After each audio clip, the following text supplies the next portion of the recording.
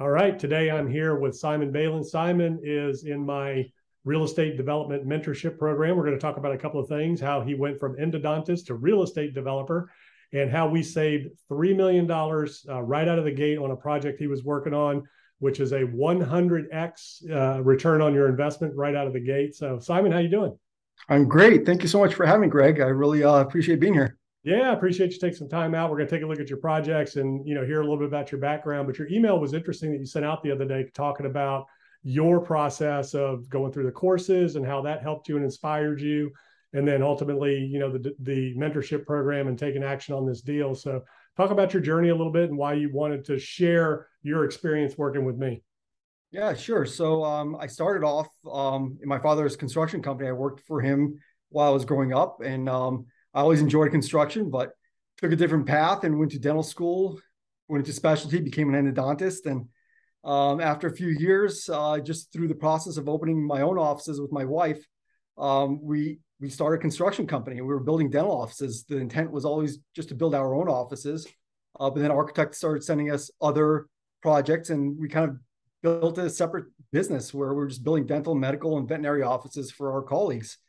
And then it was time to take the next step.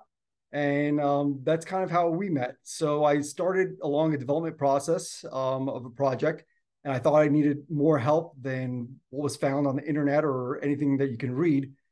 Building a building or an interior fit out wasn't a challenge, but how do you take this land or a lot of dirt and actually turn it into something that you could either sell or rent out? And of course, I was looking through a lot of development courses online, and your ad popped up. And I was in Florida at the time, and it was on the way back. I recorded your entire course load and listened to it on the way back on the plane. And I said, this is exactly what I need. So I signed up for your mentorship program, and we went step by step. And that was the push I needed to get into the right direction. I just needed somebody who's 30, 35 years ahead, and I could learn from their mistakes rather than making the costly mistakes on my own. And so, if you don't mind, I'll actually share my screen for a second. Yeah, yeah. And one of those, it wasn't a mistake, but just, what you don't know, what you don't know. And, one little tweak to what you were doing saved 3 million bucks on infrastructure, site infrastructure. Correct. So when we purchased, I'll just share the screen for a second, if you don't mind. Um, so I'll go actually into the one that we're talking about with the infrastructure. So when we met, this lot, if you can see my mouse line, was Yeah. kind of about like that.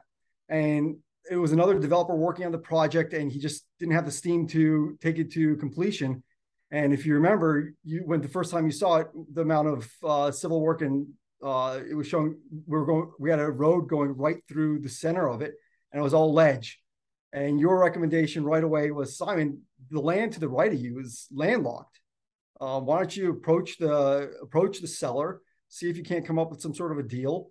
You helped me coordinate that deal, and we purchased additional land for 550,000, and our initial site work costs were 5.5, and it went down to 2 million.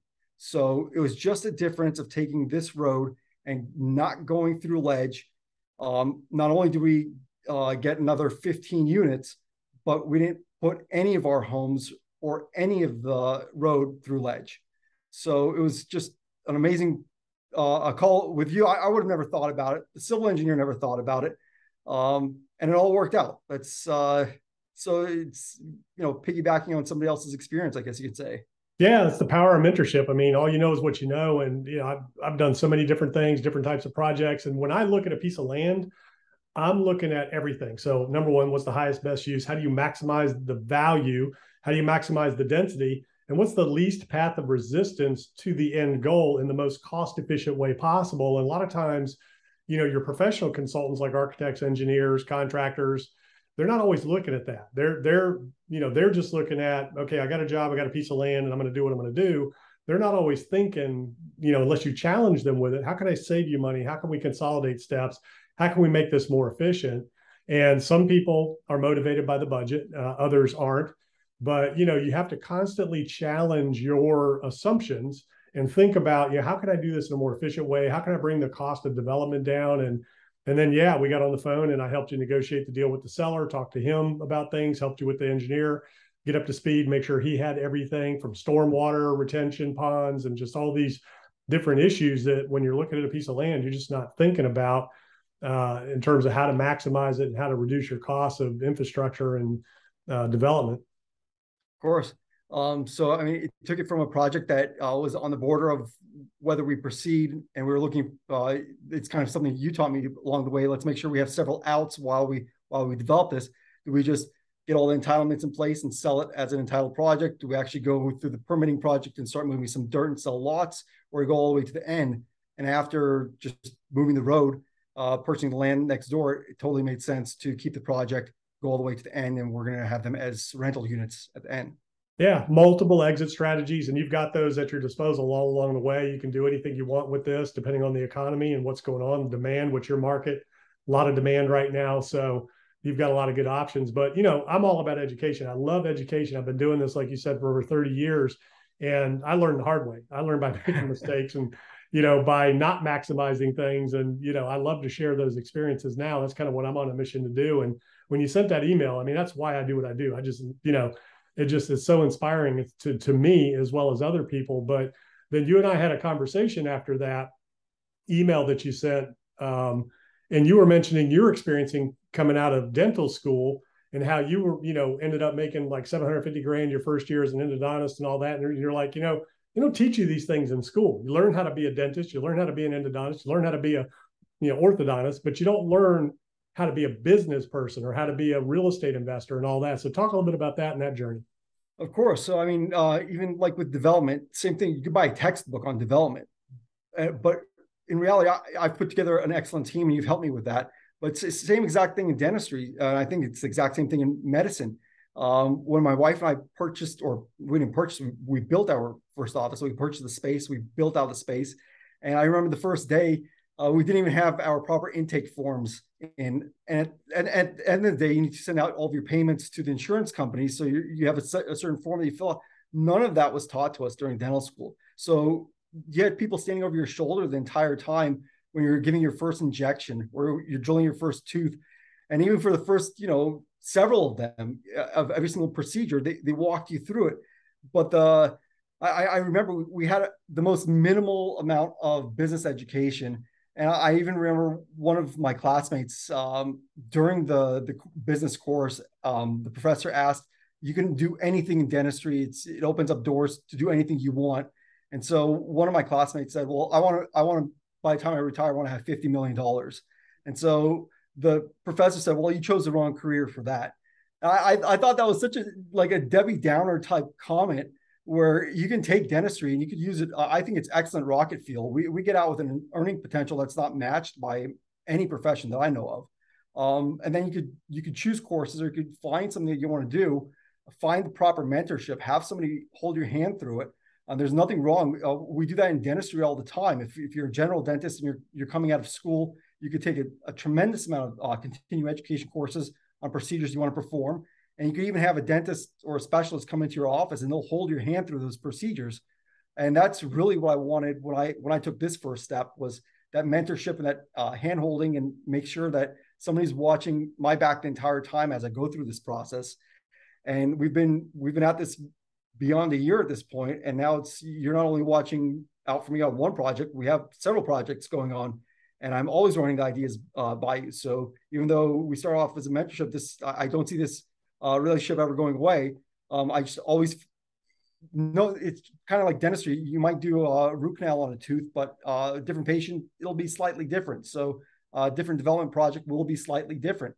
So I can't say that in my career, I'm going to go through each and every single type of development. So why not have somebody mentor me through those?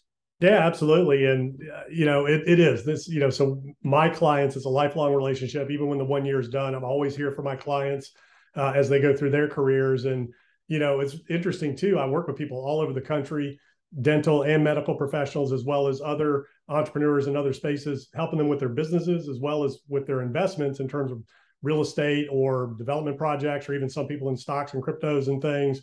I've got different people that have done different things.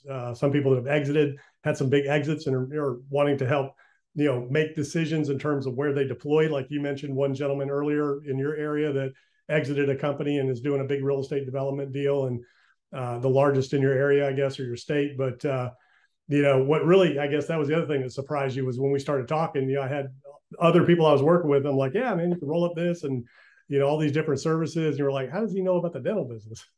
That's what amazed me. Our first call was actually, would this relationship type, would it work? So we didn't start our mentorship yet. It was just, we need to see that relationship would work. And during that phone call, you kind of blew my mind as your understanding of DSOs and practice acquisitions and what happens with the real estate and dental practices and purchases and getting to the point where you're going to sell your practice. So it truly amazed me. Not only did you know about development, but every aspect of what my wife and I were going through at the time.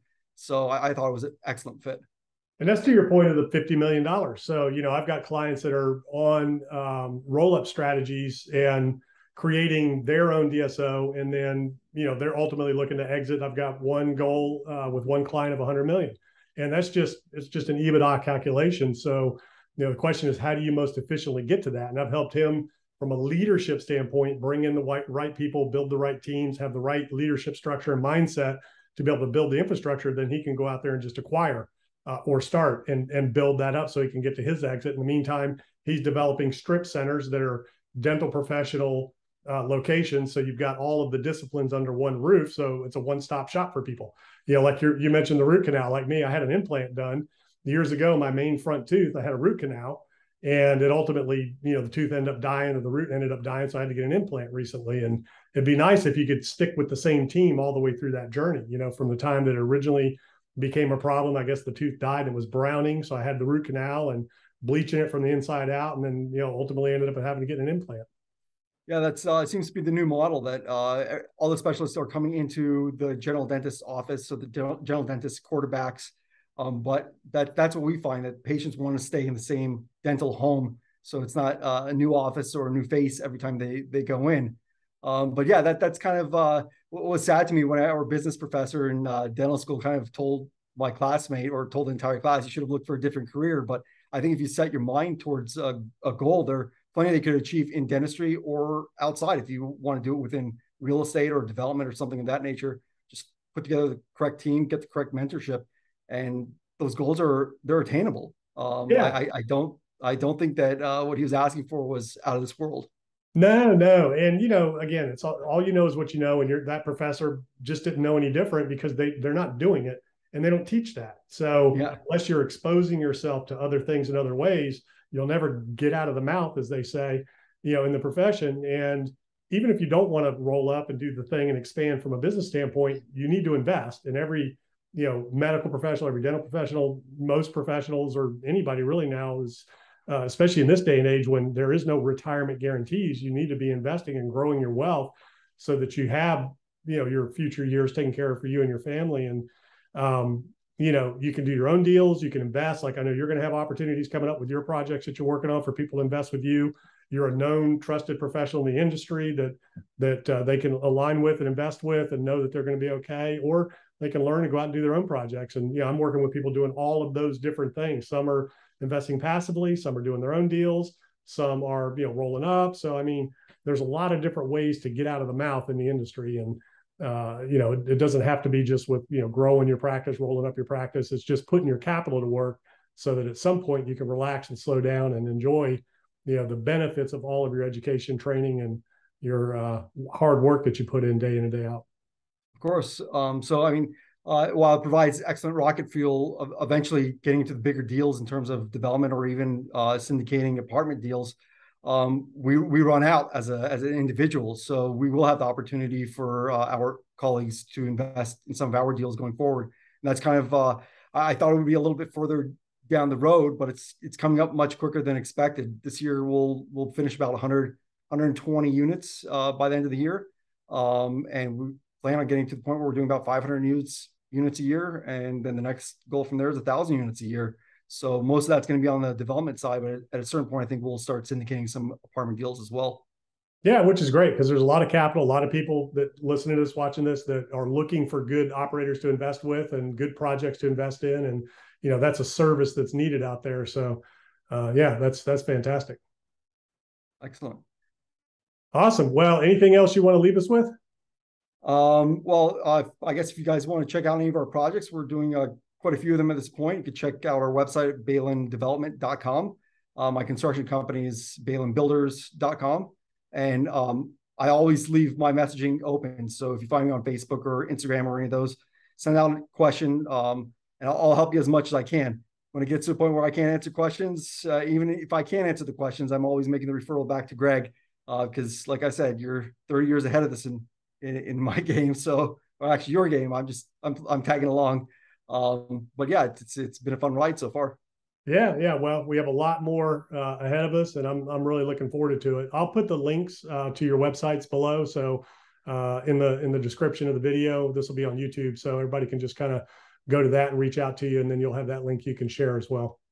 Excellent. And then we're going to try to put together some CE courses as well for dentists who are looking to get into development. And I've invited you to teach at some of those. So we'll get those on the calendar. And as soon as we have those on the calendar, I'll definitely put them on the website. So anybody looking to get into whether it's development or syndication or any of the items that you mentioned that you do some of your consulting work on, I think that would be great for an hour or 2 or 5 in terms of a CE course.